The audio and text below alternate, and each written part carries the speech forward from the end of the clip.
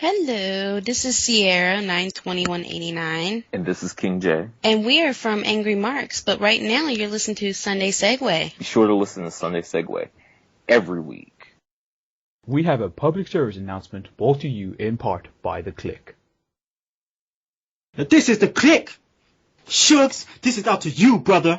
You out there in the United States, and while you're up north, getting drunk, busting up your head as usual, we here backstage running roughshod on players. Because we started from the bottom. We like the Holy Grail out here. We like fine China out here, man. We running around the streets wearing a suit and tie, and you better realize we're gonna take back the night. Because it's about to be an earthquake up in here. Tell him, E2J. Well, you know something, Shugs? We've been touching fists with Mickey Mouse at Disneyland. We got ourselves a new member. You see anybody with audacity and half a brain can record audio, but we got ourselves an ace. Hey yo, it's The Click. Run my shit.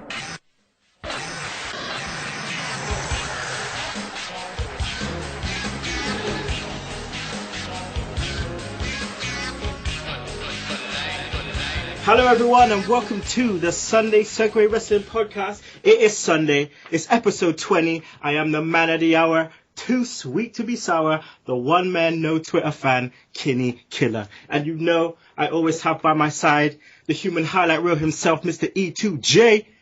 Hey yo. Hey yo.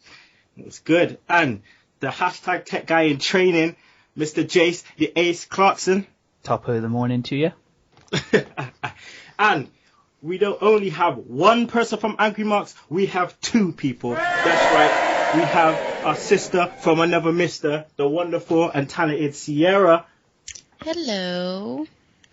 And I'm very happy about this. We have the SmackDown Rundown's own Mr. King J. The king has arrived. King has arrived indeed. Ciara, King J, thanks for coming on. Ciara, she come through. She's like she said she would. She bring her boy on the show. He's here. Thanks, Ciara. Hey, no problem. I had to get him one. You guys were asking about him.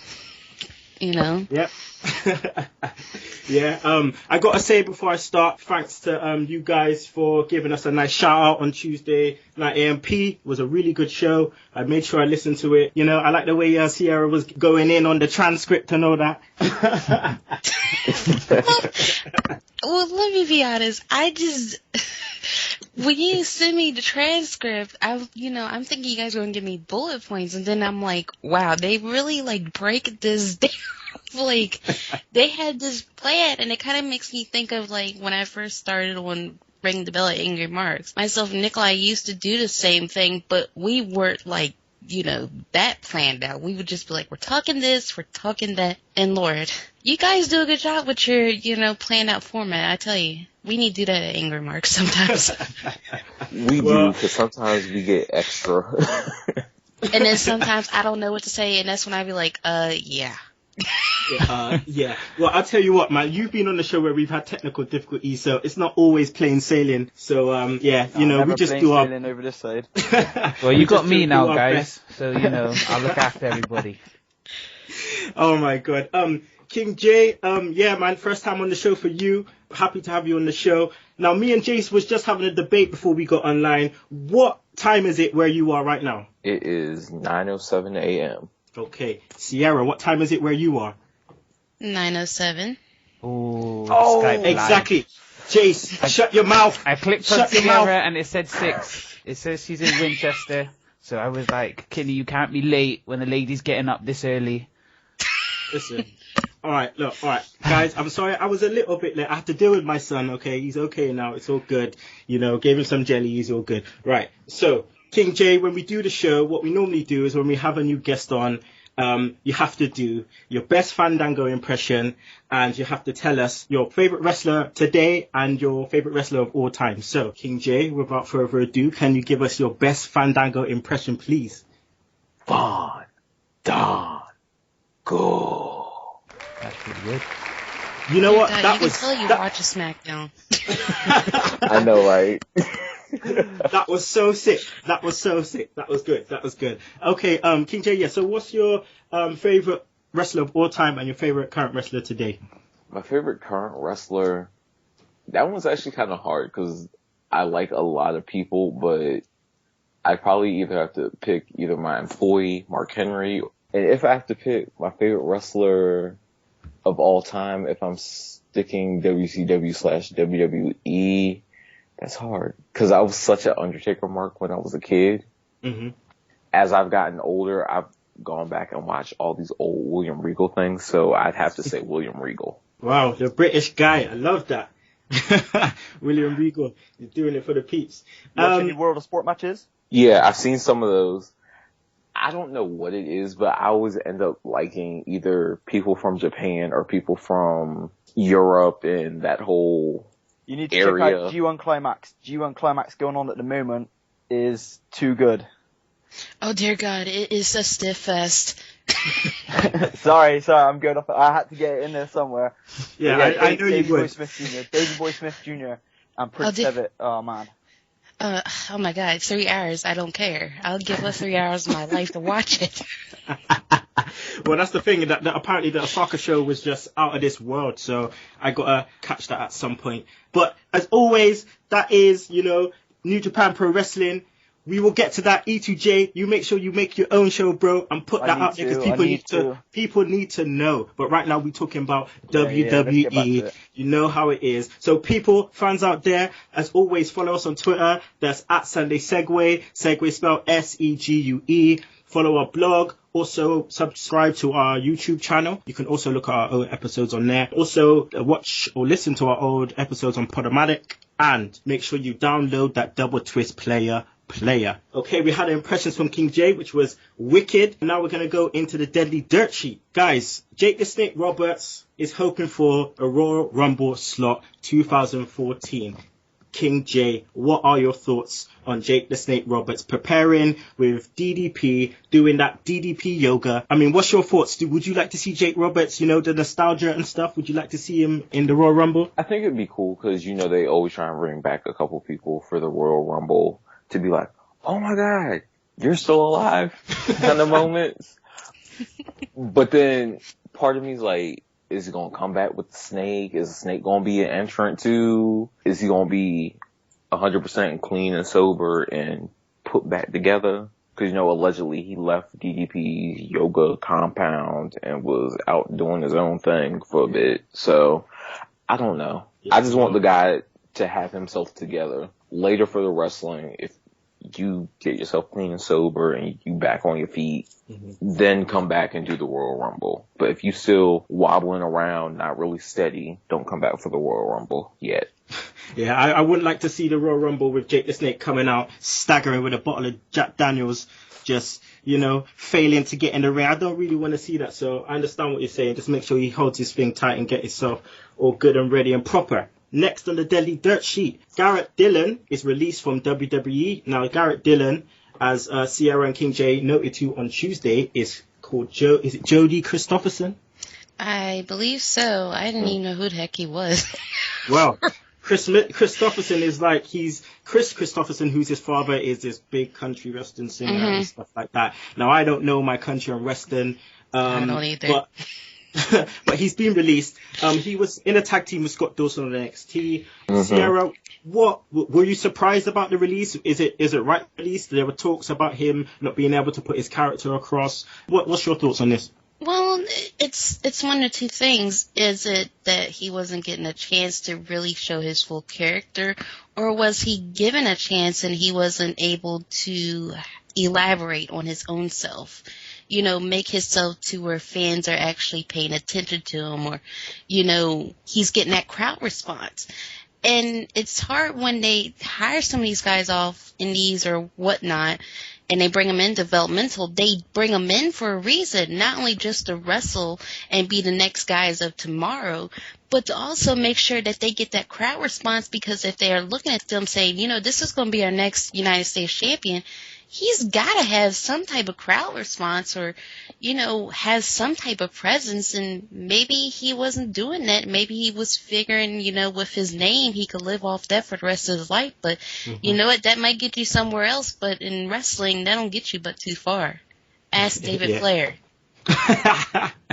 Yeah, I understand what you're saying. I mean, watching NXT and him and Scott Dawson is by himself at the moment with Sylvester Lefort, and he brought his character out a bit more, so I can understand why Garrett Dillon has been released, so I wasn't too surprised. I just hope that they don't really release anyone else right now from NXT, because NXT got a good thing going on, and yeah, we'll just have to wait and see, as always, because we don't know what the WWE is gonna do.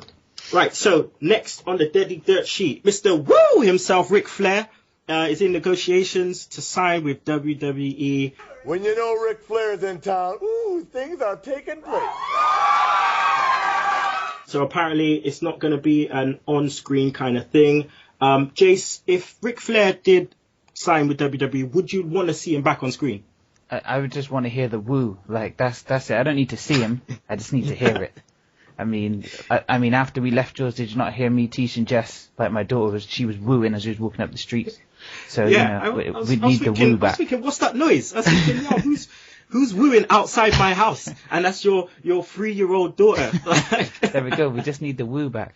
Woo! E2J, the next news item is that Sheamus is out for 6 months. He's had a torn labrum in his shoulder. Obviously, we've been slating him a little bit because he's coming out like this kind of bully kind of guy. Will this kind of hurt WWE having Sheamus out for 6 months, E2J? I think it's, a bit of yes and no. To be honest, like, I think they're okay at the moment because Sheamus is kind of he's just being Sheamus, isn't he? I mean, you've got a lot going on at the moment to keep people busy with, Daniel Bryan's just stealing the show every night. I think having him out, it's not going to hurt him that much because when he comes back as well, he'll be fresh. He can have a bit of time now. He can think let me get that right. He can think things over, and he can come back with something fresh, whether it's a heel or face turn, or whether he's just changing or tweaking little bits about his character. I think he can come back strong. So I'm confident, like, it's not going to hurt him. I think he'll be able to change it around somehow. Sheamus is going to be in your face, whether you like it or not anyway. He's one of those guys, but I think he can come back strong, to be honest. Okay, you heard it here first from Mr. E2J. Okay, people, that's the end of the Deadly Dirt sheet. So, later on, we are going to have Ciara versus King J in the Beat the Clock trivia. I am excited. I can't wait. You guys are the first to do it as guests. So, hey, I hope you got your wrestling trivia on. Hey, just all I'm saying is just business is not personal. So just, make sure you guys know. Kenny, it's always personal. I just don't want to hear them on Tuesday night AMP just slagging each other off, just like, yo, you got this question wrong, I got this question right, blah blah blah. I don't want to hear. I don't want to be the one that's make the beef. Well, that's been our whole friendship. That's how it started from the first day. Oh shit. Okay. Yeah, we used to not get along. Yeah. Oh wow. Okay. Then we realized the people we lived with were crazy, that we went to school with were crazy, and we're like, okay, we need to bond. to survive. What happened was we had to be stuck sitting next to each other, and eventually we had to get along. And, I was just not for it for the longest time. That's because she was rude at first. I was not rude. You were in my damn chair. I was not. I was there because the teacher sat me there. In my chair. So that was between you and her. I'm sorry, dude. It started, people already. It's happening. This is what I'm talking about. Hey, I know how Ciara can get down. I listened to her going in on Angrymarks to what's his name. We had this conversation before, Ciara. I know how you like to get down. Sometimes the claws come out, and when they come out, it's not good for anybody because I don't put them away. I keep them out. I keep the one paw there, like the one cat, just staring at you, just waiting. I'm just waiting to scratch you. Well, I'm ready for later. Let's get this on. Beat the clock. Right, so guys, we're going into Raw. So, segment 1 was the Daniel Bryan makeover. Now, E2J, did this makeover segment play up to the corporate rivalry between Daniel Bryan and Vince McMahon? It helped. For me, it helped. I thought it was going to be better than it was. That's the only, like, I can't say anything bad really about Daniel Bryan in general, because I think, like, he's doing a great job. I think he's just, like, this is what he's needed. I always think back to Austin coming out after WrestleMania when, I believe it was after WrestleMania 14 when he won the title and he came out corporate Austin. Mm-hmm. And to me, you can't beat the rivalry between Austin and Vince, so they've got to do it slightly different. I mean, yeah, I think the whole segment worked. I enjoyed it. It made me laugh. Barrett the Barber Beefcake was funny, but yeah, like, to me, like, I don't think they needed to do that just yet. I had a gut feeling that they were gonna do it before they did it, and it was kind of just like watching it was like, okay, they've done it. This is good, obviously, but it still kept the momentum for Bryan at the end of the day. They can't get rid of that beard. There's too much hanging on it now. It's just a momentum builder, and yeah, it did work. It's kind of predictable a bit, and you kind of know what's going on with this. I just, like, now, for me, I just can't wait for SummerSlam. I want that to hurry up and just see what unfolds. What happens. Yeah, well, let me get Ciara in on this one. Ciara, could they have improved the angle at all? As far as improving it, it's hard to say because right now we're still in the early stages of, they're kind of sewing it all together and letting you know what's going on. And with the crazy thing is not only do Vince McMahon and Brad Maddox not really care for Daniel Bryan and that whole kibosh there, you got Triple H and Stephanie McMahon kind of like bewildered because they don't understand what the hell is going on with Vince. So you got kind of like all that there because you're wondering like, how is this even going to work? Do they like Daniel Bryan? Where's this whole thing going, with this makeover, trying to make him, I guess, corporate, but it kind of cracked me up because I'm like, okay, he's getting a corporate makeover, but John Cena's been wearing jorts for how many years now, and no one said anything to him about, that's not work clothes. It's hypocritical, and it's kind of understandable that they would go this route because Daniel Bryan, right now, he's on that coasting that high of the crowd is just really behind him. And what better way to get a baby face that's almost there, pretty much there, even higher than there, than an angle like this where you've got a nasty heel just not giving him, his due. Mm-hmm. Well, I mean, with that, you look at Daniel Bryan. He looked like a hobo Damien Sandow. Like he still had the ponytail, still had the beard, but he was wearing a suit. He literally looked like a hobo Damien Sandow. I'm just watching this guy and I'm thinking, come on, man, just give Daniel Bryan a break. Well, you get King J in on this. What did you think of Daniel Bryan's promo? Because he did a promo on Cena before Vince came out. So what was your thoughts on the promo? I liked the promo. He was very direct, and he's like, John Cena, you might have been on top, but it's time for a change. I'm Daniel Bryan. I'm riding this high. I'm not going anywhere. And if you think just because you've been the face of the company for however many years, it don't matter. I've been slumming in the lowest of low places, and I'm here now. It's my time. You can't do anything to stop me. But he cut it in a way that was very much babyface. So it wouldn't be like, oh, well, he's cocky, so we can't like him anymore because he might be heel. It was a face cutting a promo on another face, but doing it in an intelligent way to not make himself seem heelish. There you go. And him in a suit reminds me of that time that they tried to do that with Mick Foley during that Undertaker feud. Oh my God, yeah. And he had those horrible highlights. Why did you bring that up? I wanted to leave that back there, Jeff. Oh my God. It's us between the whole Mick Foley and the Dude Love and just the whole that kind of era when he came out, tried to be the corporate. It's at the time when he was trying to come away from with the Job Squad and all that, wasn't it? Mm-hmm. Yeah. Yeah, it was a weird time for Mick Foley. Jace, my man Jace, the video package. Daniel Bryan's a vegan, okay. Now, I like the way that Brian's a vegan, he could have come across and thought, okay, I'm gonna maybe come out of this a little bit. I need to eat something different. I'm a vegan. I maybe come out, eat some chocolate, maybe eat some cheese, then maybe go into egg and maybe go into fish. Nah. He went straight from being a vegan to just nyamming steak. Yes! That's how it should be. Look, bruv, that's just like saying you're a vegetarian and just nyamming pork straight away. Just bacon, bam. Just straight swine. You gotta do what you gotta do. I mean, times change. You used to have dreadlocks, now you have short hair. Times change. True. I'm still a Rasta though. Bap. Maybe he's still a vegan, he just eats meat. I don't actually think he's a vegan anymore. But he's not. He hasn't been for a bit. Yeah, but still, well, that steak, that was a big steak for little old Daniel Bryan. Oh man, I don't think I'll be able to handle that shit. One thing that I did find mad about the segment was Wade Barrett's beard jobbing out this week.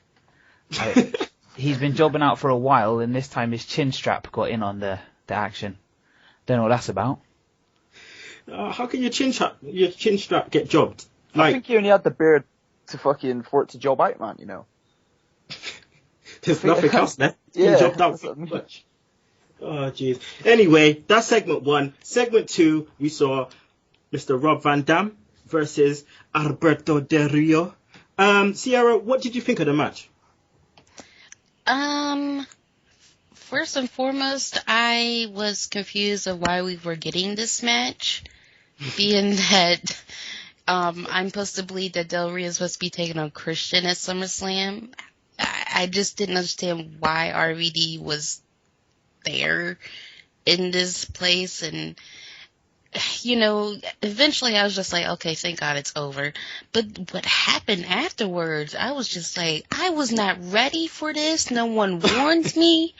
No one told me something was wrong here. I thought you guys were friends. I mean, what, did he not, leave you enough cereal or something? Or he eat up all the salsa and chips or something? Like, damn. Like, he didn't leave you no tequila? No, nothing? Damn. Like, I think what happened was Ricardo Rodriguez, they were playing with the piñata. He was blindfolded, he missed, and he hit Del Rio. That's just what happened, and then they went through it again, and this time he missed and hit him with the bucket. He had enough. He had enough. King J, RVD winning and stuff, and, did that surprise you? And does he deserve to be added to the world title match now? It didn't surprise me, especially after their match on SmackDown a couple weeks ago where he just got kicked in the head and the match was over, and I was like, oh, okay. But he got the surprise win on Del Rio, but then again, let's look at the history of the World Heavyweight Championship in the past couple of years. Everybody who gets that title always loses a bunch of matches. mm-hmm. And you be sitting there like, really? You really gonna lose another match? But, I mean, it probably could go even further back to WCW if I really could remember. Oh, don't even get me started. I don't want to go back to WCW. Some things up in there. I mean, they were WWE. But WCW was a train wreck all of its own. I say we just have a podcast on WCW just to get some laughs out there, some laughter, some banter. Oh my gosh. WCW one night only, and I'm gonna invite Ciara so she can go off on them. I'm gonna invite King J, and then I might even invite Frank, just because I know he likes to get in on that action. I know he likes to rant. Get Frank, get Killer Kev, just get them all up in there ranting like they like to sometimes. You know what I mean? That just would be wicked. Right, so that was the end of segment 2. Segment 3, we saw the Cody Rhodes promo. Now, guys, was it just me or was the crowd shit? The crowd was shit. It's like Corpus Christi all over again. What's as I've been saying for the last couple of weeks, what's up with that? Come on. The crowd was just like, I don't know. I didn't know what was going on. They were very quiet. Like, you really would have thought, like, Angry Tensai would love this. Naked Jim Neidhart ran through there or something and just devastated all of them or something. But they were just sitting there like as if Cody Rhodes was not even in the ring. It was just it's like, what is going on? E2J, did the segment draw flat after the video package? Kind of, but like I enjoyed it. Overall, I'm gonna be honest, I enjoyed it. I enjoy this rivalry between these two. This feud's gonna be good. Yeah, I don't know why the crowd weren't feeling it, because it felt like something was lacking, even though I thought, do you know what I mean? Cody delivered a good promo. Sandow's just always funny, always hilarious, because when that briefcase got thrown in there and he's spitting out the water after, everything between these two, fingers crossed, points towards a good little feud, but it just felt like something was missing, even though when I watched it back, I didn't actually think anything was. I just think it was, it might have just been the crowd. But like we've seen before, crowds can do that. It depends where you are. I like Cody in this spot. Keep pushing him, because he's not come over as like super face. Do you know what I mean? He's still kind of Orton-y. So yeah, I got faith in these guys anyways. Okay, well, let's just hope it goes to a good match, you know. SummerSlam's only around the corner, and the build-up's been okay. They've tried to push it up a bit, but we're just going to have to, you know, we ain't got long to wait and see, so just see what happens there. Segment 4, we saw Ryback versus Mark Henry. Now, Jace, no Hummer slaps this week. No Hummer slaps this week. Ciara and King J, last week on the show, we kind of went overboard on the Ryback backstage segment where he took this one brother and he smacked the shit out of. Listen, he smacked him so hard the guy had hummus in his ear. Like, oh gosh, man had dip in his ear, and Jace was just like, come on now. Just the first thing I would do was remove the dip from my ear, and then maybe proceed to take a beating after. But we were just pushing forward the hashtag no hummus slaps. Hummus slaps. How are you going to remove the dip from your ear when Ryback's hand is as big as your damn head? Like, how are you going to do that when he's got the whole hand on your head? Like, it's the sensation of, like, the kid must have been deaf on his left side. Like, he couldn't hear a thing. He heard half of what Ryback said. I would have had to get my finger in there or something, get it out. God. Oh, this is how Caparita probably felt back in '95. Oh my God, when Aja Khan pie-faced her, she pie-faced her, and like, that chick just completely just died. Oh, wow. After that slap, and it kind of felt like I was watching Aja Khan versus Caparita. Sorry, right there. It was just, I was waiting for, Ryback to like toss him around the ring or something. I was just like, oh God, please. I hope this is not her son. For heaven's sakes. Oh my God, King J, what the fuck are WWE doing with Ryback at the moment? Why are you asking me? I don't know. I just sit there and be like, oh, you still work here. Good for you. And keep it moving. They need to find him a manager. They do. Because right now it's just like, he's there, and you're like, oh, yay. And I hate to say that, because if you look at the majority of the heels now, they've got a manager or they got somebody talking for them. But with him, it's just that he reminds me of, who does he remind me of that needs somebody with him? He's not Arn Anderson in a way, but he's like, you know how Arn was always with Tully Blanchard for some damn reason? I feel like he needs to be with somebody like that can, speak for him and, give his character more presence, because, feed me more, and you slapping and, rubbing this all over a guy's face is, it's not really making me think, oh, yeah, this guy was challenging for a world title 15,000 times. They really missed the cue and put him with Vicky Guerrero. I mean, it doesn't help that WWE are making this guy look like a complete pussy. I'm sorry, but he was a beast for 1 month, and then the next month, he's John Cena's bitch. He's running away from John Cena. It's like, dude, you're meant to just manhandle John Cena, be like, bam, take that through the table. You know what I mean? You should have just give him the hammer slap. With Ryback, E2J, would you love it if Ryback had a manager like the Doctor of Sly or Slick? That's the thing. You need, they need to. They got good people. Yeah, they got like you've got Heyman has come back. You've got Uncle Zeb. You've got these people that can talk. They need more characters. Like obviously Vicky's there. You could push her back into that role maybe down the line, but you need to build this guy like Brock Lesnar. You need to build him like Goldberg and things like that. First off, at the end of the day, like, you can't fool people. You can't fool people having him in there just doing silly shit. People are tired of him already, and it's just like give him some decent booking as well. Give him the manager, and he needs to start coming off like an actual beast, going out there and destroying people, not going out there destroying people, and then all of a sudden, he's like, if his tail between his legs, it don't work. Like, which one is it? Well, you mentioned Brock Lesnar. We will get into him talking a bit later. But segment 5, we'll get into Total Divas backstage. Well, I had some homework for E2J and Jace. Did you watch Total Divas? Nope. I've been watching too much of the G1, bruv. Do you know what? I really wanted to watch Total Divas. No, you didn't, man. But I didn't get round to it. To be honest, there was a good rundown on, the Tuesday AMP, so I didn't need to watch it. King J and Ciara did it all for me. Okay, can somebody explain something to me? Anybody listening to this? I'm the only girl in here, and there's 4 guys here, and they don't want to watch a show with women walking around in bikinis? What?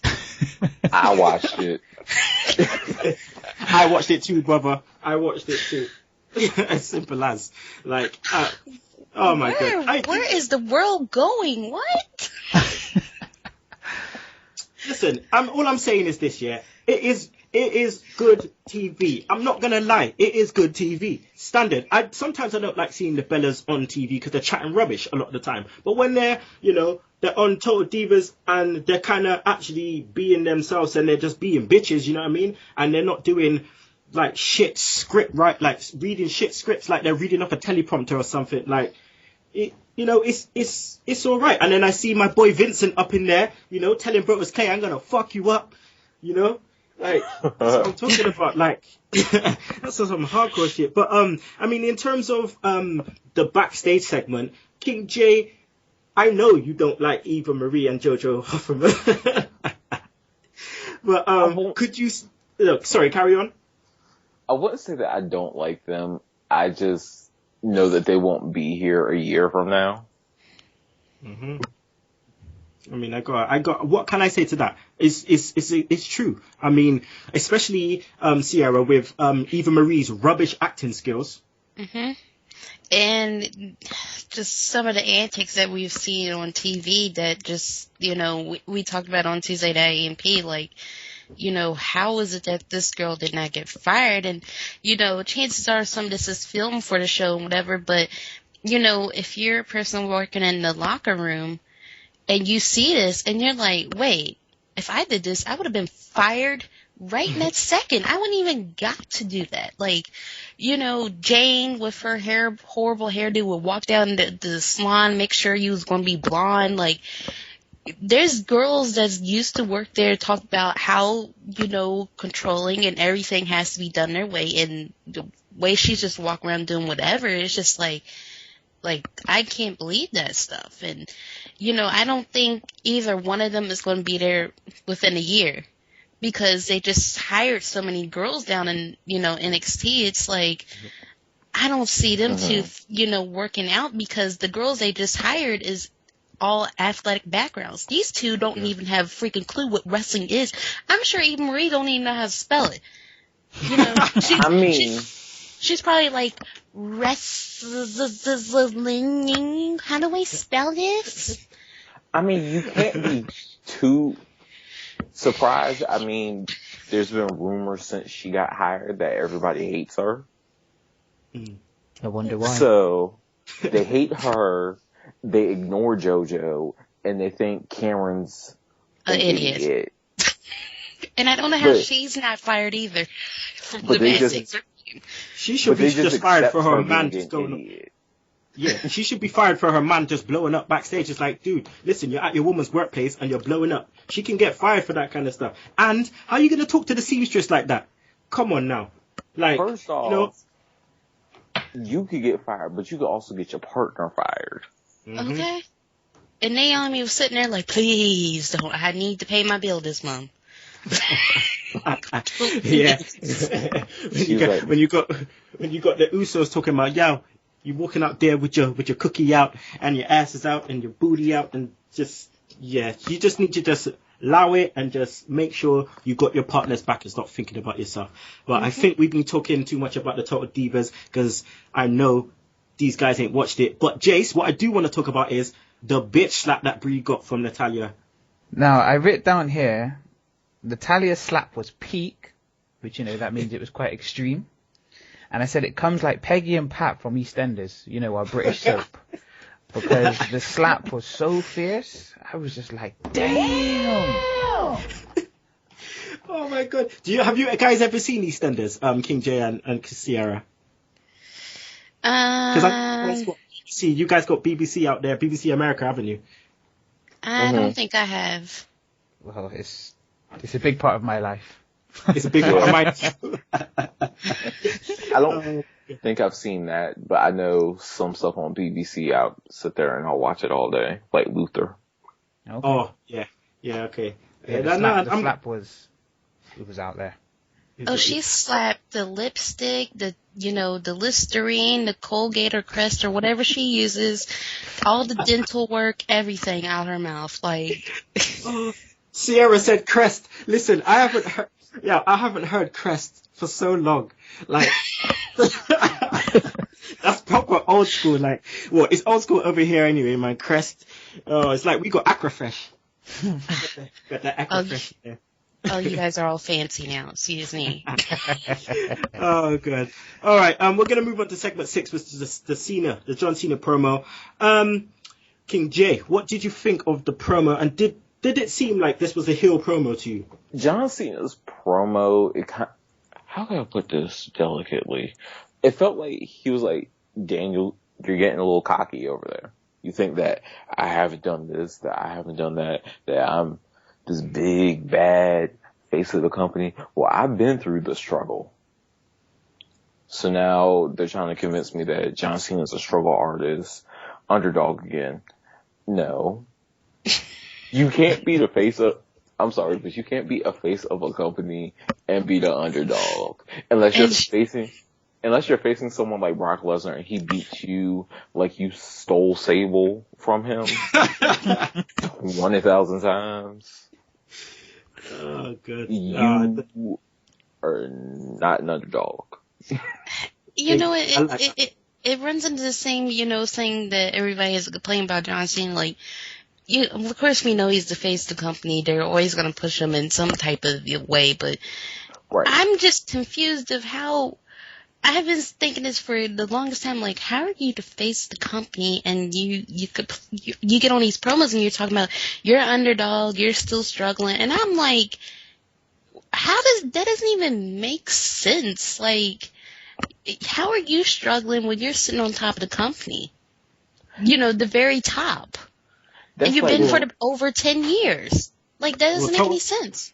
Well, on Total Divas, it didn't look like he was struggling. You seen his house? No. Okay. You seen his house? Jeez. Let me just get E2J in on this. E2J, injecting Orton into this promo, does this make you think that he's going to be involved in the SummerSlam match somehow? Yeah, but, like, whoever won that case, whoever grabbed that briefcase was going to be involved. And to be honest, like, I'm glad it's Orton. I'm glad, like, we've got vintage Orton back as well, so to speak. This is the thing. See, I want Brian to do it on his own, clean. But obviously, at the moment, I just don't know what's gonna happen. I do think Orton's gonna get involved somehow, whether it would be at SummerSlam. I don't know, because obviously, I won't say what I was gonna say, because it's I'm going to ruin segment 14, but yeah. Basically, I think Orton's going to be one to watch. He's going to be going like things like he's going to be dirty. He's going to be the dirtiest player in the game with this case. He's going to be doing those things. Hopefully.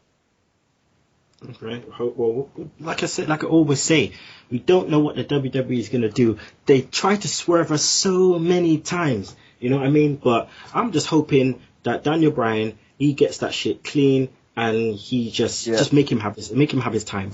Okay. Well, let's just. Sorry, Jace. back to like when Cena was saying about he would only ever wrestle in the WWE, and if he left, he wouldn't wrestle anywhere else. I was thinking to myself, does that mean we will get a follow-up album? Because I remember being a young man listening to John Cena's album.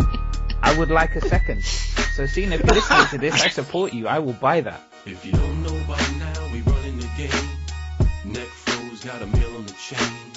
Show respect to scene and trade. Cut the check, believe we're paid. Y'all waiting for the single to drop. Look down on the charts cause we sitting on top. Everybody else feeling the flow. If you don't know by now, we didn't want you to know. Kidnapped. Hey Cena, just make sure you don't go. Just make sure you just don't go ripping off Cold as Ice and all that shit. Because listen, I heard that. Yeah, you hear it in his tune. You know he's ripped off his Cold as Ice. Oh, and E Up. Sorry, and T Up. Sorry. Gosh. I know King J's speechless. He's like, listen, you mentioning John Cena's album, please don't.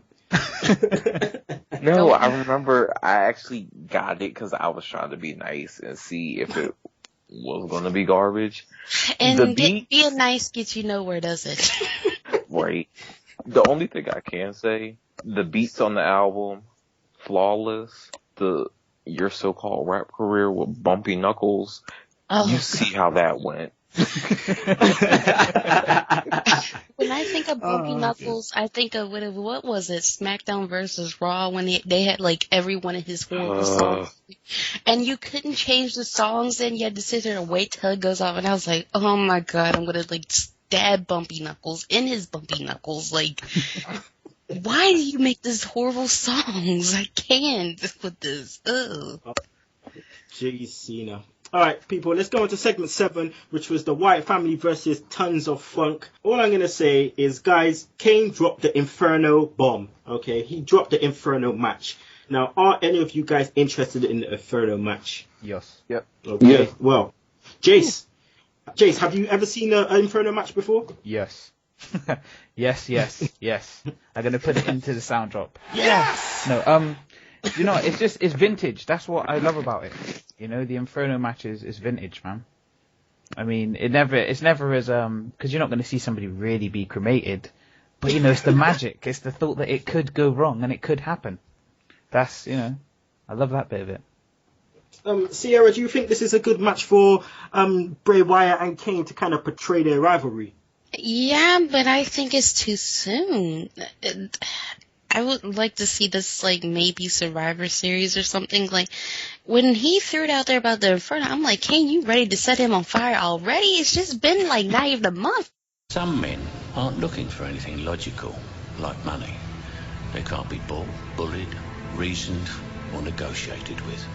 Some men just want to watch the world burn. Damn! Right? We ran out of patience. You know, she's like, I'm tired of acting like it's 1997 anymore. It's past May 16th. Everybody's gonna get their head cracked. Oh, you couldn't have said it better. E2J, I know you was marking up when you heard Inferno match.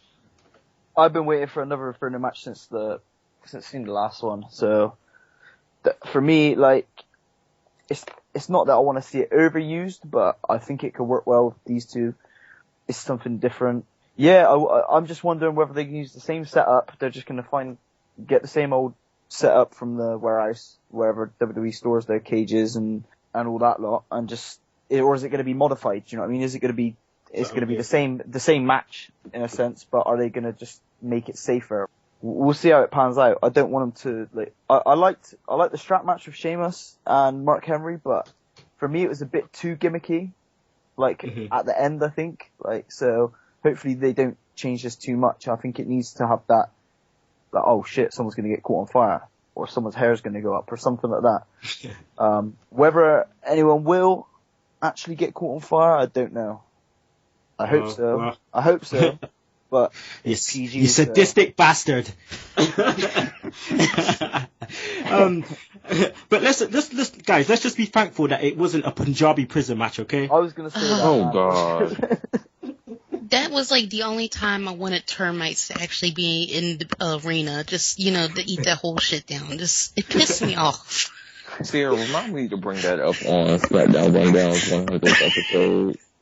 So, Of the So, that happened on SmackDown. E2J, was you gonna say something? Sorry.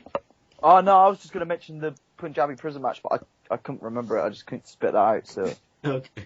Well, I did it for you, player. I did it for you. All right. Well, let's go on to segment 8, which is Caitlyn versus Layla, and I like to call this the King J moment because yes, I have been listening to Angrymarks for a couple months now, and I do know that Layla is your woman, King J. So, what's up with your woman, my man? What is up with your woman? This match felt like sloth on a pole match. It made very little sense. And I was actually hoping for a Layla versus Caitlyn feud when she was the Divas champion, but obviously that didn't pan out. She's heel now. She skips. Her backstage promo, I was cool with. This match itself didn't need to happen. I like Layla. I can tolerate Caitlyn. They had no chemistry. It just felt like, hey, I'm gonna do something powerful. Hey, I'm gonna run away. Hey, there's AJ. Kick, over, skip around the ring. Oh, don't forget the little move on the ropes that she did. That was just for you, King J. That was just for you, man. She was moving on the ropes nice and solidly for you right there. That was for you. She made sure you was watching, bro. Didn't they call her a sloth? I'm pretty sure one of them called her a sloth. That's why I called it a sloth on the pole. You know what? You know what I would have rather seen than this? I would have rather watched Stacy Keibler attempt to dance. Oh, no. To that horrible song that she did on the WWE original CD. Oh. Stop it, man. Stop it. You're just bringing horrible memories. I would rather watch Nydia's whole entire in-ring career than this whole match. That was one match, though. Exactly, and that's all we needed is one match to remember it, because I still ain't forgot it. Well, you know what I haven't forgot about Nydia? E2J, black mist in the face. That's it. Just black mist by Tajiri in the face. Blind your whole shit. That's it. You can't see shit for weeks. You just love it, man. All right, well, let's just swiftly move on from segment 8, which was Caitlyn versus Layla, because as we always say, and I got to big up my man Sugs, he always takes a piss break when it comes to the Divas matches. So, segment 9, which was Christian, Captain Charisma versus Mr. Heath Wendy's Slater. So, it was a quick squash match. E2J, this doesn't keep, Christian looking strong for SummerSlam, does it, at all? Nah, this is the thing. It really annoys me to no end when he uses the spear. Because you ain't Edge. Too many people use it already. You got Caitlyn using it. You got obviously Roman Reigns, Big Show. Just stick to the unprettier, or what he calls it, kill switch now, doesn't he? So yeah. I don't even know what to make of this. What, are they just putting the match on because Christian's got a title match now? What is he getting out of this? He's got a title match. He don't need Heath Slater, does he? He don't need to prove nothing. He got a jobber entrance, man. He got the jobber entrance. I don't know what's going on, man. That's the one thing that. Why was this match happening? Oh God! Just one of those again. Just one of those again. We always say it though, every week, innit? Why was this match happening? Jace, what's your impressions on 3MB? Because these guys look like they were in the Priory having personality problems. I found it quite hard to concentrate on the match when Heath Slater's trousers barely went past his ankles. I didn't quite get that. I didn't really know what to say on it, to be honest. I was just kind of, it was one of those matches again where I was kind of watching but kind of tuning out at the same time. Because it wasn't a strong performance by either, really.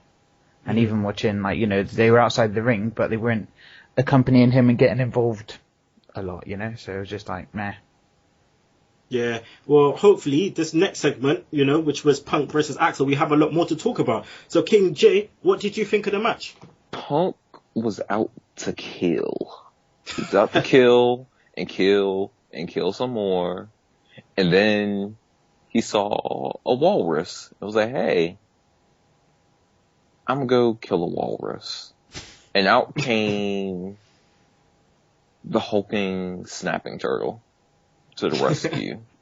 And then they fought some more. Curtis Axel got involved, got thrown into a barricade. We ain't see him no more. More fighting. Punk got a steel chair to even the odds. And then he got beat because he wanted to kill a walrus again. And the snapping turtle beat him. Like he stole Sable from him and then walked off all angry with the fat walrus. You heard great storytelling there by King J. Just make sure you listen to that, put it on slow-mo, whatever, and listen to the great storytelling by King J, because that was amazing, brother. It's like I was there. That was amazing. And Ciara, I just noticed that was a whole lot of interspecies beatings going on during that segment. Ciara, is this feud telling a good storyline between Heyman and Punk? Well, besides the fact that I'm confused at how Walrus and the Snapping Turtle became friends in the first place, I kind of like how this feud is going, the way they're telling the story. You know, per se, you know, Punk's been betrayed by his so-called best friend because his best friend has, you know, the Snapping Turtle as his friend, and the turtle is slow. He doesn't like anybody else to be friends with his walrus. And, you know, he wants to, you know, bite CM Punk for being around his walrus. And it kind of makes sense, but I'm just wondering, like, what are we gaining from this, from them having a match and whoever wins, and then Curtis Axel is just sitting there, you know, like that lone peacock in somebody's backyard, like, hey, I'm here. You remember me? I am a champion here. Remember me? I'm supposed to be friends with the walrus too. But I'm just wondering, like, how they're going to weigh this out. Like, are we going to get some type of situation where Heyman turns on Axel, and then, you know, we have Brock versus Axel, you know? Are we just going to have the Snapping Turtle just biting off everybody that is friends with Heyman? Like, where are we going with this? Exactly. Yeah, who knows? But, Jace, I want to get you in on this because we saw a brilliant backstage moment with Brock Lesnar. So Brock Lesnar comes out, you know, and he talks to Renee. Normally, as we normally say, when Renee's about, someone's about to get rushed. And no one didn't get rushed, but we got a beautiful moment where Brock Lesnar said he is the best of the best. He is the best and the beast. And then he said, now say something stupid, Paul. What was your view on this backstage segment? The thing is, like, as it was just Brock's mic skills. It was like he was trying to remember his line, because he did pause a few times while he was trying to get it out, and then I think he just kind of got stuck, and then he just threw his line. Say something stupid, Paul. But I did love that little bit of a comedy there, because he just come out, kicked the shit out of Punk, but he's still got a bit left in the tank for a bit of light humor. I did enjoy that little bit of mic skill. That was Brock Lesnar in a different angle. E2J, I know you was loving the belly to belly suplex. How can you not? I've got it written down here as well. It was awesome. Yeah, just as long as they keep getting those Germans and those belly to bellies, just putting them in. Safe, by the way. I need to add that. Obviously, we don't want no silly moves. You know, Brock can get a bit carried away, but yeah, it was all good. Say something stupid, Kinny.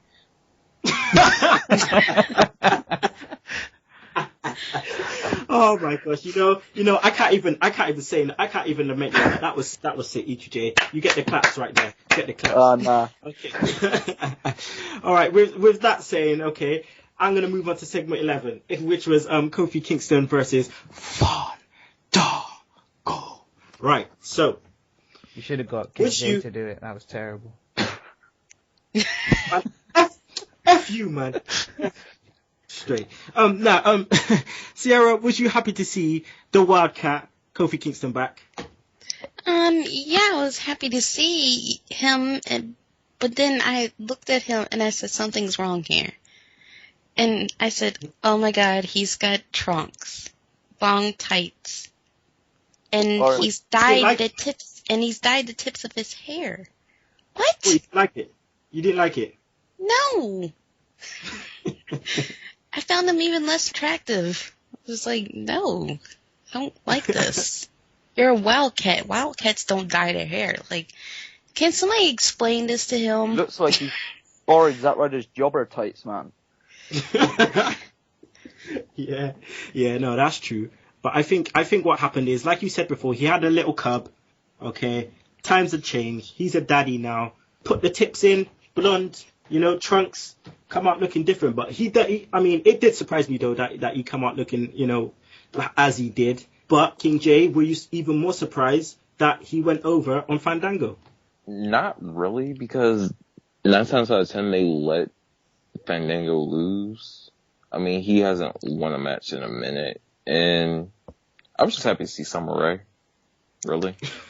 And I was like, oh, Kofi's back wrestling. I guess he's done doing roundtables, since that's the only thing you could do for like the past 2.5 months. But is it just me, or did Kofi Kingston's, new attire, new hairdo, he's feeling brand new, didn't he look more of, like, heel? Yeah, a little bit. Like, if he was to pull the switch, he could really do... I mean, the dark tights, we're so used to seeing Kofi Kingston with, the greens and the blues, like, really bright colors. And now he's got the dark tights, might have some bright, flashy logos on there. But he's got the all black tights and the hair is a little bit different. It's just like, are we getting a different Kofi Kingston? Yeah. Well, not really, because on SmackDown, Fandango got his win back against Kofi. Okay. I guess. And the fans did that during the entire match too. Oh my god. Jace, would you be interested in seeing a Kofi Kingston heel turn? Do you reckon you'd be able to pass it off? I don't know. One thing that I did write down, I mean, if they, with Fandango, because Fandango's heel, isn't he? So it's kind of like, I wouldn't mind a feud against them, because I was a bit upset when, Fandango done his bit of dancing and Kofi did not do a heel toe movement. I thought he was going to bop back at him, we have a dance off, but it didn't happen. I mean, I like the high fly, like Sheriff said, I like the colourful Kofi. I don't think I'd like a heel turn. I don't like the black and yellow. Yeah, well, the thing is, Kofi, it's gonna have to be a gradual turn. Like, it can't be just, oh, bam, I'm a heel now, because it wouldn't kind of transcribe across to the fans. I don't think people would boo Kofi. It just don't seem right, it just don't feel right booing Kofi. So it would have to be a slow burner, and he would have to do something crazy. And I don't think he's got that in him right yet. Right, so we're going to segment 12, which was the real Americans, or as fake Americans you can get, versus the Usos with the 1-year-old face paint on. What was Cesaro doing? Because Cesaro did this leapfrog double foot stomp E2J, and I thought he was going to kill someone. I think it's kind of dangerous, but it's Cesaro, man. You got to trust this guy. I don't think, bar Daniel Bryan, I think this guy, the psychology in the ring and just everything he does. You just got, all I've wrote for this match, to be honest, just glad Cesaro got a win. Because Cesaro got a win? Yeah, because, to be honest, for me, I've seen better Cesaro matches and stuff, and obviously they're doing the real American thing. I thought Usos were going to win this. It was just good to see something different, to be honest. This is the one thing that, even though I can't say it was my favourite match, I can't say, do you know what I mean, it was the best. Cesaro usually, he's going to hold up his end of it. And, I'm just glad to see him getting a win. I don't know where the Real Americans are going to go or how long they're going to be together. And I don't know when Usos are going to get this. I mean, they're supposed to be getting pushed or thrown into the tag division, but I don't really know what's going on with this. It's kind of just like It's just kind of going. Yeah, kind of just like I don't know if they're just throwing them together or there's anything going to come out of it, if you know what I mean. Yeah. But I'm just glad Cesaro got that win. That's what I said. I'll go back to it. People that listen to the show, you know how we feel about Cesaro. Ciara, we've had this conversation about Cesaro. We've already had this conversation about how, Frank Vaughn feels about him. But King J, is Cesaro being wasted in this team at the moment? I don't think he's being wasted necessarily, because if you look at it, the U.S. title is held by heel. The Intercontinental Championships held by heel. You can't just strap a rocket to him, shoot him straight to the main event. So putting him in a tag team with a guy who doesn't ever really get used, it's giving him something to do, and it's also giving the tag team division something.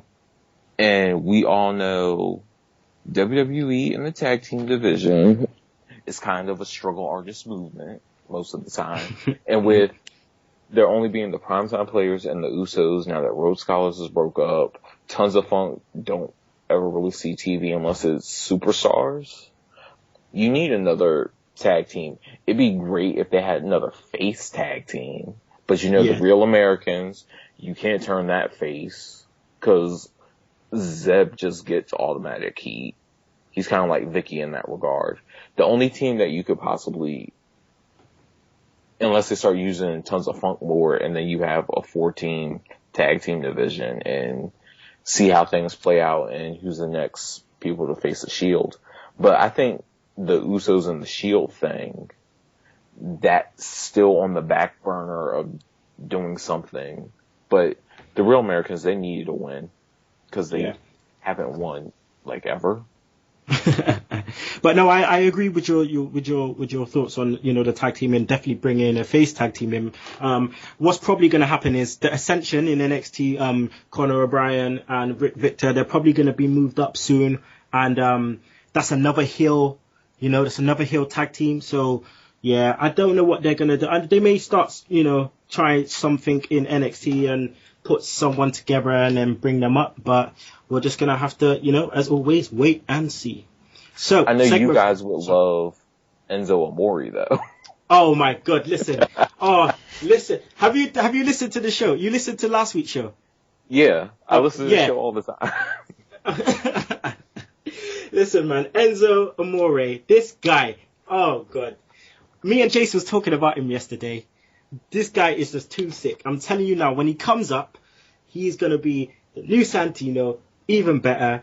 He's just, like, I just going to have to quote this again. My name is Enzo Amore, and I am a certified G and a bona fide stud. Because he's just too sick. Right. Sorry, I just kind of had to mark out a little bit there, people. But we're going to digress and go on to segment 13, which is Dolph Ziggler versus Big E.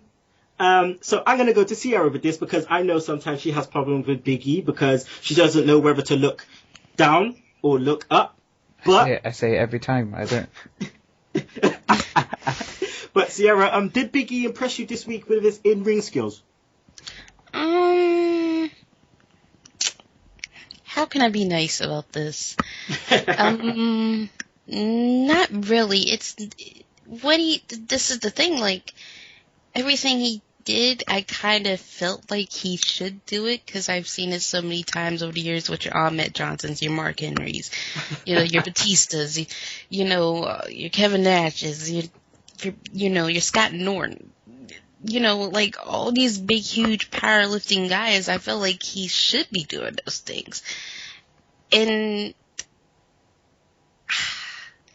I don't know if it made me even more interested in the match that we're supposed to be getting at SummerSlam or not, because, okay, we know you got the size, you're bigger than him, you're powerhouse, whatever, but, Ziggler has the speed, he has technical skills, so I'm just wondering, like, how this is going to go. When the match was okay. I just felt like a little bit more could have been added to it to really just, hit the nail on the head, drive it home that, we need to have this match. Yeah. I was going to say, E2J, is this match, like, with Big E, a big distraction for Ziggler's progress? I don't think so. I think it is just the way they're doing it. It just seems like they're kind of leaving something out. I always say this, that it feels like they're kind of leaving something out. I just don't feel like it's being built properly. Like, I'd prefer to see Ziggler, like, actually getting destroyed, like, completely destroyed, like, week after week and stuff by Big E. Like, if you're gonna make Big E, like, this monster. Mm-hmm. But if you're not, then what are you doing? Because you need to tell a story, and, like, I just don't think, I don't think they got the point across as well as they could have. Okay. I mean, that's fair enough. That's fair enough. Because, I mean, WWE with a number of storylines have missed the mark, in certain regards. So, I think you're right. They've missed the mark in this one. But, this, like Ciara said, this may lead to, like, a mixed gender tag match at SummerSlam. And, I think it's been confirmed, hasn't it? Has it been confirmed, Ciara? Uh-huh. Yeah? Okay. We're getting AJ and Big E with his, more booty in the pants versus Caitlyn and Dolph Ziggler. Wow, okay, so that's what we're getting. So, it's not really a SummerSlam match. SummerSlam technically trying to be like the second biggest pay-per-view of the year. Ziggler should be where Christian is right now, but obviously that's not happening. So, we're just gonna have to watch this space. Hopefully they pull off a good match. Well, we obviously on this show we like to see a Black Widow. We like to see AJ doing a Black Widow, and we also like to see AJ being speared out of her shoes. So we're just going to have to wait and see what happens. Segment 14, the last segment on Raw, which was Cena, Orton, and Daniel Bryan versus The Shield. So, King J, after this match, do you feel that The Shield can main event as a group, or they can only main event as individuals?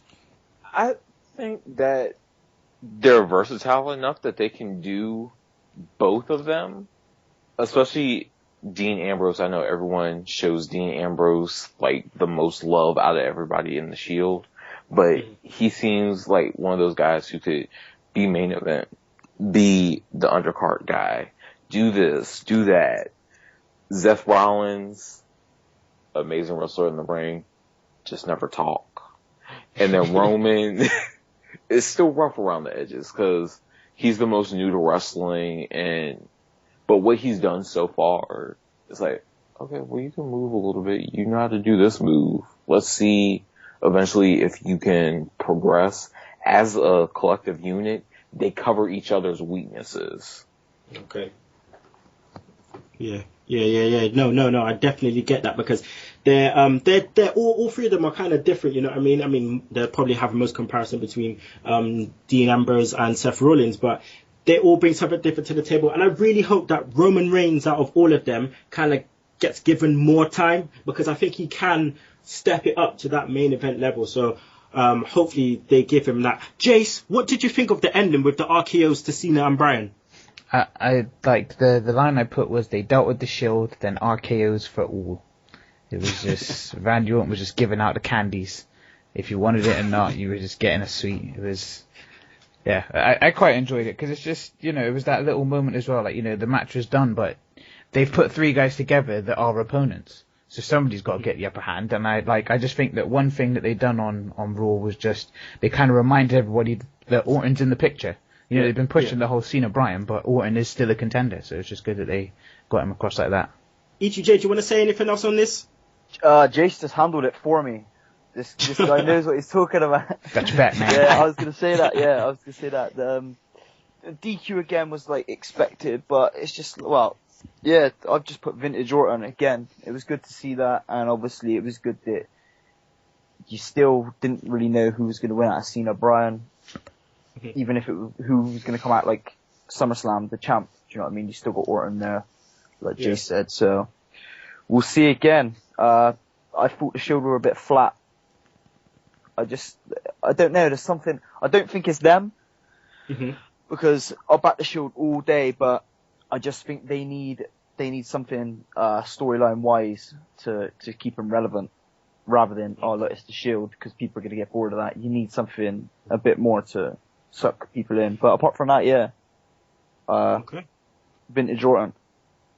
Well, I have a question down here that I was going to ask, but I'm not going to ask it because it's the Go Home show next week, and you know, it's our prediction show next week as well, and I'm just going to leave it for that. But what I will ask is I want to get each of you to tell me your Raw rating out of 10, please. So, Ciara, what is your Raw rating out of 10? I would say a 7 because I really enjoyed it. Okay, 7 from Ciara. Jace, your Raw rating, please. It's hard. It was up and down. I mean, with things like Cole, Ryback, Mark Henry only being a minute 47 long, that was a bit disappointing. Mm-hmm. But I did enjoy the fact that drop kicks have come back. There were 3 drop kicks. We haven't seen them for a while. I reckon I'm going to go with another 6. Okay, Another 6. Another 6 this week. Okay, that's cool. King J, my man, what's your Raw rating? I agree with both of you. 6.5, because there were those moments where I was super tuned in, and then those moments where I'm like, okay, Raw, hurry up, go off the air. 3 hours is too long in my life, man. It really is. Oh my god. And E2J, Raw rating, please. Yeah, I'm gonna go for a 6 again. Really, like, for me, if there was, I can't knock it because there are bits I enjoyed, but the bits I enjoyed more of like backstage and more of like the actual, obviously progression of the storylines, like the talking, than I did the wrestling. To be honest, yeah, I gotta give it a 6. It's just up and down. Okay, well, people, that was the end of Raw. Now we're gonna go into E2J's highlight reel. So, like I have done for the last 2 weeks, E2J, who is the showstopper? I'm gonna go for showstopper is Randy Orton. I'm gonna give it to him because I was happy this became obviously not really a stipulation to the SummerSlam match, but do you know what I mean? He stuck his nose in now, and he's showing you that, like, you're not gonna make him go away easy. He's there. He's gonna be right on. If someone gets that win at SummerSlam, he's gonna be there. So you need to watch your backs. I think he stole the show. And do you know what I mean? It's a change because the guy usually you hear like 1-2 words, if that. So Hill Orton, man, it's good to see Randy that. Orton. And what I always ask you next is, who is the main event highlight of the night? Highlight of the night for me is Lesnar talking backstage. Oh yes. I'm sorry, I got to give it to it. Nothing really stood out, but that did. That is one thing that stood out, whether it's good or bad, whether you didn't like it, you did. That's the highlight of the night. Ed, I was hoping that you were going to give the hummus slap 2 weeks in a row. If I knew I could. Yeah, no. We need to get that going, trending on Twitter. Hashtag hummus slap. You were a week too late, but I don't give a damn. Okay, people, well, it's time for what you've all been waiting for. It is Beat the Clock Trivia Special. We have Ciara versus King J. Now, guys, please listen up for the rules. This time, you guys have 10 questions. So, you have 10 questions each. You have a minute each. And what will happen is I will ask you the question. You guys, you can pass and go on to the next question. And once all the questions have gone through, I will go back to the question that you failed to answer so you can try and answer it again. You have a minute. So, who wants to go first, King J or Ciara? Ladies first. Ladies first. Okay. Yeah, come on, man. Ciara, you're a veteran on this show. You've heard us do Beat the Clock before, so it's your turn, girl. It's your turn. Right. So, clock's at the ready. Let me just wait for the clock to just even up. All right. So, a minute. Ciara, you ready? Mhm. Okay. All right. So, and your minute will start now. Which brand did Sheamus make his WWE debut? ECW. Correct. Who won the 1995 King of the Ring pay-per-view? Was it Stone Cold? Nope. Can carry on. Pass. Are you gonna pass? Wasn't Owen Hart. Nope. You gonna pass? Pass. All right. Who is the famous cousin of Sasha Banks? Snoop Dogg. Correct. Finish the 2002 WWE title reign sequence. Undertaker, Rock, Brock Lesnar. Who is next?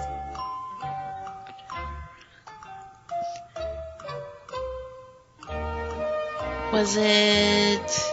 Hold on. Time's running. Pass. Can't think of All right. Vince McMahon has won the ECW title. True or false? True. Correct. And that's it. That is it, people. The minute is gone. Ciara, she has got 3. 3 right. Thank you, Jason. She has got 3 right. Okay, so I will go through the answers after. Okay, so she's got 3. King J, my man, you got 3 to beat. Your turn. Right. So, are you ready? Yeah. Okay, here we go. Who did Randy Orton beat to win his first world title? First world title, Triple H. Nope. Benoit. Correct. Who won the 94 Royal Rumble? 94 Royal Rumble, Bret Hart. Yes. Kind of. There's one more. Oh God. I can't remember who else did that one. Pass. All right. Who is Road Dogg Jesse James' father? Boulevard Armstrong. Yep. Finish the 2006 WWE title reign sequence. Cena, Edge, Cena. Who is next? Edge. Nope.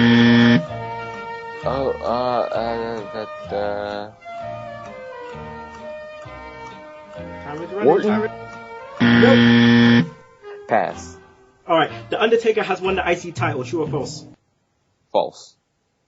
Correct. Oh, and that's it. That is it. It's a tie at the moment, guys. It is a tie. It is 3 apiece. Am I right, Jace? Is it 3 apiece? Well, yeah. I was gonna ask if we do halves, but 3 is more exciting. It's a tie. Yeah, it's 3 apiece. It's a tie. Right. So, let me just search through. Okay, here we go. I have a tie-break question for you guys. All right. See if it's the first one who can give me the first one to give me the right answer will win. All right. So, here we go. You guys ready? Mm-hmm. All right. Who did Kane cash his Money in the Bank in against? Rey Mysterio. Oh, King J taking it down. God damn Knockout it. punch. King J, he just went with a low blow, just bam. It's done. It's done. Sorry, girl. Your boy took it down. Oh well. That's kind of See all that junk you were talking on Tuesday. Oh. But see, if we were talking women's wrestling or WCW, you would be lost because I would be saying Paul Roma or other things you would not remember. Oh, This is true. Okay. Paul Roma. Oh my God. Power and glory. E2J. Power and glory. Sick team.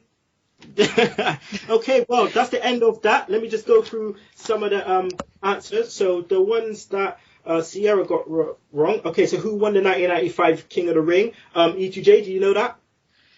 95 King of the Ring. Oh, this got me actually. Wait. Is that Diesel? No, man, it's King Mabel. It's Oh, King. yeah, fucking Man on the Mission. Yeah, of course. What the Oh hell? God, no wonder I didn't remember. Because I try not to remember that part of his career. That was like the That was bastard like- year of King of Rings. Okay, so finish the 2002 WWE title reign sequence. Undertaker, Rock, Brock Lesnar, and next was Big Show. Yeah. Ooh. Yeah. He didn't have it long though, did he? No, he didn't have it long. Because Kurt Angle took it off him the next pay-per-view. I was thinking it was Big Show because I remember that whole Zach Gallen crap. Oh my! It was the screw job when Heyman first Lesnar. Oh, Zach Gowen, man. Oh my God. Yeah.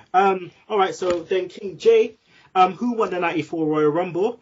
Bret Hart was one of them, but Lex Luger was the other one. Lex Express. Lex Express. Jace, if you can find that song from the Lex Express, I'll be your hero. Please don't. Oh Lord. Please don't. You know, like when I watch like old like wrestling from like the '90s, and especially like it's during the Lex Express era, and they always show the freaking bus, and then here comes the music. I'm like, oh my god, this is what I don't want to remember. Hey, that's No. my car. It's like it was such anticlimactic. You really are pushing this guy, and he wins on a count out. Really? Like they won him like he won the title. You know what I mean? Like held him up on his shoulders like he just won the. Bruv, you won shit, and you got balloons and shit. Come on, like seriously. Oh god. Anyway, King J finished the 2006 WWE title reign sequence. Cena, who was next? It was RVD. Oh yeah, because he told him he was going to cash in Money in the Bank, and then they did the ECW One Night Stand. Mm-hmm. Yeah. Well, that's the end of Beat the Clock, people. King J took it down, and I hopefully, you know, I wish I had something to give you as a prize to win, but sorry, we low on money right now. We ain't got a budget, so sorry, my friend. You're just gonna have to take the victory. You can go back to Angrymarks on Tuesday, just get up in the chat room and just start trolling on Ciara, just saying, yeah, I won, I beat your ass. How much would it cost to post a certificate over to America? I feel we could do that. We could do that. We could sort that out. Well, he won this one time. But it's the first time, you know. It's the first time, man. It means a lot. It's a big deal for us. Ciara, don't start. Don't Don't start. mean it'll be a second. Don't mean it'll be a second or third. Okay. She's calling it. She wants rematch. Listen, we'll get you back on. I want you guys back on anyway. So that's the end of the show, people. King J, Ciara, you don't understand how much it means to have you on the show. King J, thanks, for taking the time out to be on the show. Hopefully, you can continue to listen to our show. I want to get on you guys' show on the chat room or something. I need to try. It's just that because obviously the time differences, it's a bit hard. It means when your show's on, I think it's like 3 a.m, maybe here 4 a.m, something like that. You were dedicated, it wouldn't matter. Listen, you have to. He putting you on blast. That's what I'm saying. Getting you together. He does it all the time as well. Oh, jeez. But I will try. I will try, especially next week because I have a week off work. So I'm going to try and see if I can do it. If you'll let him. He hasn't even asked. He's just telling you he's going to be on your show. What? No, I said in the chat room, fool. Sorry, Kenny, I'll stop. I'll behave. I'm sorry. Man, shit. But yeah, man, you guys, thanks for being on the show. No problem. Been very nice meeting you. It was fun. Hey, listen, I'm glad you said it was fun, King J. I'm glad you said it was fun. As always, hey, don't forget the human highlight reel himself, Mr. E2J. Pleasure as always, guys. And the hashtag tech guy in training. Jace the Ace Clarkson. What are you saying, bro? What are you saying? It's been emotional these last 3 weeks. I mean, Sugs is back, isn't he? So yeah, Sugs is back to do my stuff. Hey, listen, like we said, we want a spin-off show. We need a spin-off show. We need Jace the Ace Clarkson in our lives. Okay, we need him, so... Tell you what, listen, I'm dropping that Jace the Ace crap. I'm telling you that right now. I don't know where you came up with that. It was just something to give you. It was... You know what? F*** you. Don't come on the show. Jace, even I know you as the Ace, bro. Even I know you as the Ace. Don't come on the show. Ever again. No, it has been good. It's been awesome. I mean, wow, this is my first time meeting him, and you're, like, already getting rid of him. Gosh. No, we're not getting rid of... You know what, Jace? What you do, you change your name. Change your name, right? Change your name and come back on fresh. It'll be like a new gimmick. Ciara and King J, would you mind if I got involved in, a bit of the Angrymarks and got rid of this Sunday Segue tag? Because I'm onwards and upwards, you know what I mean? Hey, more the merrier. And on that point, Jason, you're not welcome around my house again. It's all banter, people. It's all banter. That's what the Sunday Segue is all about. Banter, It's just all round banter. It's a bilingual fest. It's international. It's international incidents. That's all I'm saying. E2J, you know what I'm talking about. International incident in your house, all day, every day, in your face. Simple as. Right, people. So, you know how I end the show. I end the show with in the words of, and I know E2J is waiting. So, I'm waiting. it's gonna be kind of controversial. So it's gonna be in the words of Harlem Heat, Booker T, the infamous moment with Mean Gene and Sister Sherry. Now, for all you marks out there, you know what I'm about to say. And for all you that don't and may be offended, Jason will bleep it out. So, in the words of Booker T, Harlem Heat, backstage. We Harlem Heat, sucker, and from this point on, in WCW, we take what we want. And after we take Lex Luger and the Giant, we want the gold, sucker. Hulk Hogan, we coming for you, nigga. And you can choke on that, slap nuts.